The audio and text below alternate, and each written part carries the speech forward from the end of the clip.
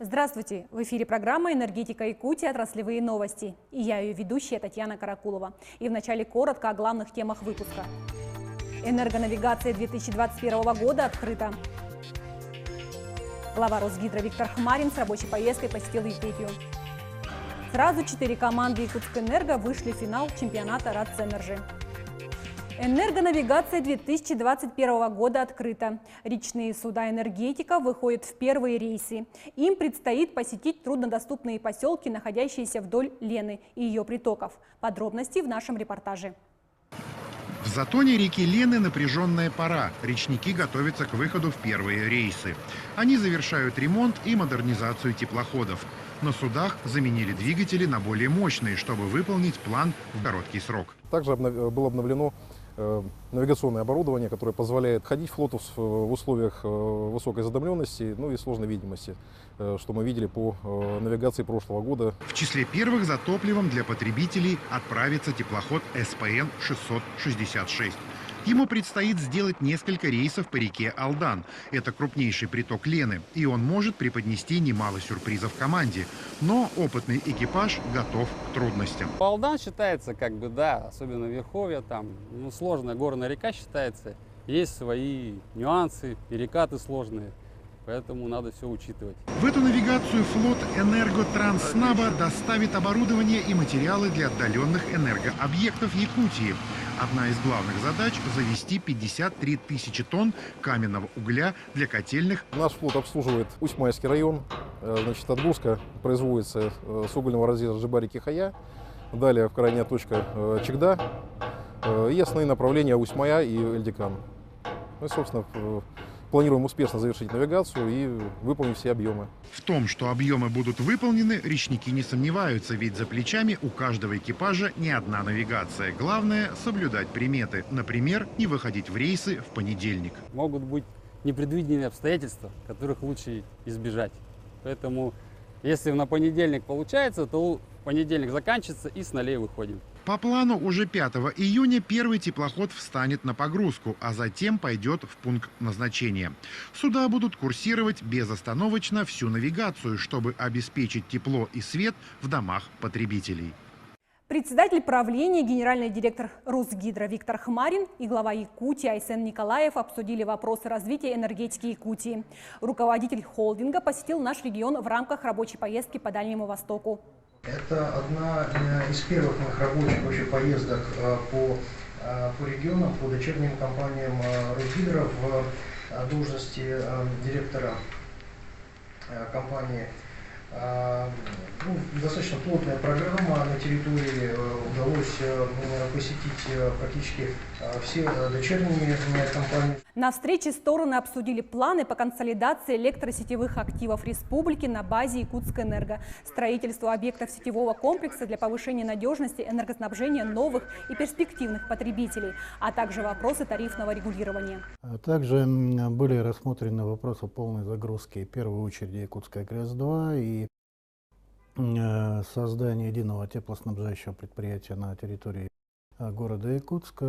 Это направление связано с развитием теплосетевого хозяйства города Якутска, с модернизацией тепловых сетей, объектов теплоснабжения города Якутска и в конечном итоге снижение в сопоставимых ценах стоимости тепловой энергии для потребителей города Якутска. Это важнейшая задача, которую мы будем реализовывать совместно с правительством Якутии, с администрацией городского округа.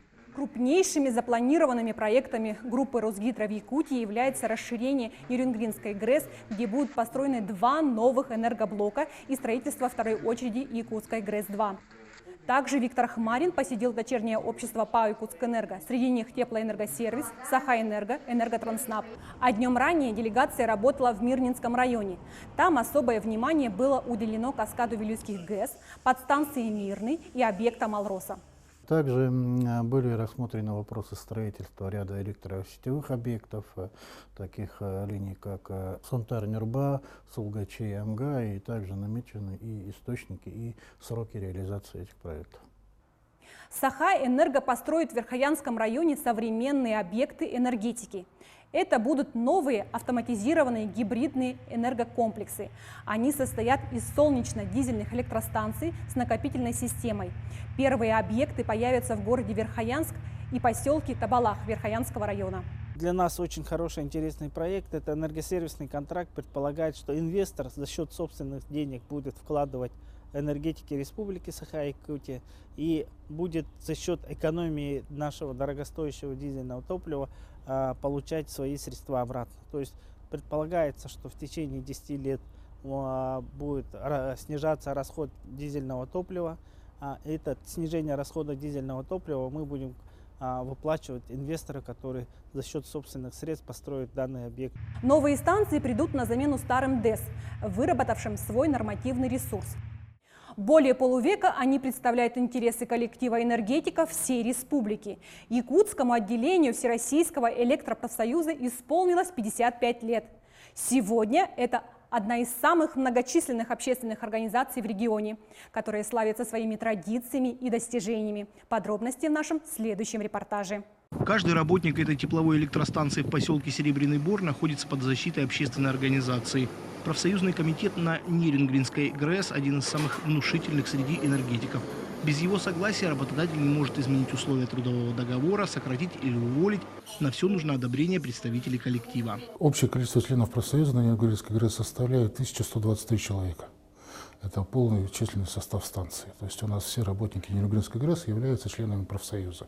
Развито профсоюзное движение и на другой крупной станции республики Якутской ГРЭС. Здесь тоже весь коллектив входит в правком. У энергетиков так сложилось исторически. Коллективно решались проблемы во всех крупных советских энергостроек. Вместе выживали в сложные 90-е. В этот период бывало, что даже власть обращалась за помощью в народ. Я даже открою один секрет вам. Когда Борис Николаевич в 92 году в мае месяце прилетел в Улан-Удэ, и Стерлейн поручил нам, в первый же день поручил нам именно профсоюзникам, сказал, значит, вот вам, ребята, пакет, значит, письмо Ельцину, если сможете ему вручить, молодцы, как бы и опасно, и мы не знали, как это вручить, но тем не менее, когда он проходил мимо, я сделал шаг вперед, значит, а он всем жал руки, Борис Николаевич.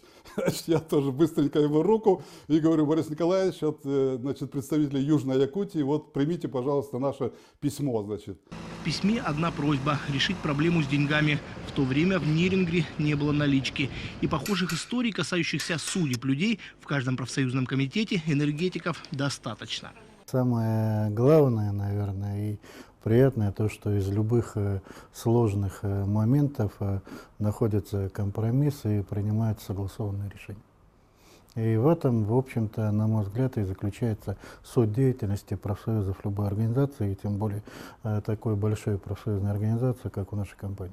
Якутское региональное отделение является частью Всероссийского электропрофсоюза. И состоит оно из представителей всех энергетических предприятий Якутии. 1000 человек, неважно где, на дизельной электростанции в Тикси или в небольшой котельной Алданского района добровольно представляют общественное объединение. 26 мая ему исполнилось 55 лет. Дорогие коллеги, друзья, уважаемые ветераны, в этот юбилейный день рождения я искренне желаю, чтобы свет и тепло, которые вы несете миру, всегда возвращались здоровьем, оптимизмом, любовью и счастьем. Пусть труд будет успешным и высокооплачиваемым, а жизнь день ото дня лучше. А еще профсоюз – это техника безопасности, санаторно-курортный отдых и спорт. В энергетике его много, причем даже на профессиональном уровне. Здесь сильные хоккеисты, футболисты, легкоатлеты. Впрочем, всех заслуг не перечесть. Единственный главный показатель популярности правкома – это его численность. А с ним у энергетиков все в порядке. Сразу 4 команды Якутской энерго вышли в финал чемпионата РАЦ-Энерджи. Они стали лучшими в отборочных турах по направлениям охрана труда, теплоэнергетика, электрические сети. В течение 2 дней они защищали проекты по своим направлениям. Один из них – нулевой порог терпимости производственной безопасности и охраны труда в группе Росгидро. Мы предложили, как мы считаем, лучшие идеи, которые помогут снизить травматизм. Они уже частично реализованы в ПАО «Якутсэнерго», и мы предложили их реализовать в ПАО «Росгидро». Как бы эти все, в принципе, предложенные нами идеи уже частично у нас реализованы и уже проходят, так сказать, обкатку. Успешно? Ну да, конечно. Травматизм с 2010 года идет на убыль. Всего от Якутскэнерго на начальном этапе «Рацэнерджи» приняли участие 6 команд. 4 из них стали финалистами. Сейчас они готовятся к решающему финальному состязанию, где предстоит большая конкуренция с коллегами из других регионов страны. Машинист Сахаэнерго из села Найба Булунского района победил в фотоконкурсе, посвященном Великой Победе. Энергетик перевоплотился в героя Советского Союза, известного якутского снайпера Федора Хлопкова. Идейным вдохновителем, костюмером, постановщиком стала его супруга Сардана Алексеевна. Она тщательно выбирала подходящую одежду и атрибуты. Кадры получились очень яркими и реалистичными. В таком конкурсе участвовал впервые и занял первое место, чему очень рад. Для всех нас День Победы – великий праздник, который никто не должен забывать. Конкурс проводился дистанционно среди жителей поселка Найба. Идея проекта – сделать коллаж из 2 фотографий. Участники воссоздавали знаковые и необычные кадры военных лет, повторяя сюжет на фотографии. И на этом у меня все новости. Всего вам доброго и до встречи в следующем выпуске программы «Энергетика Якутии».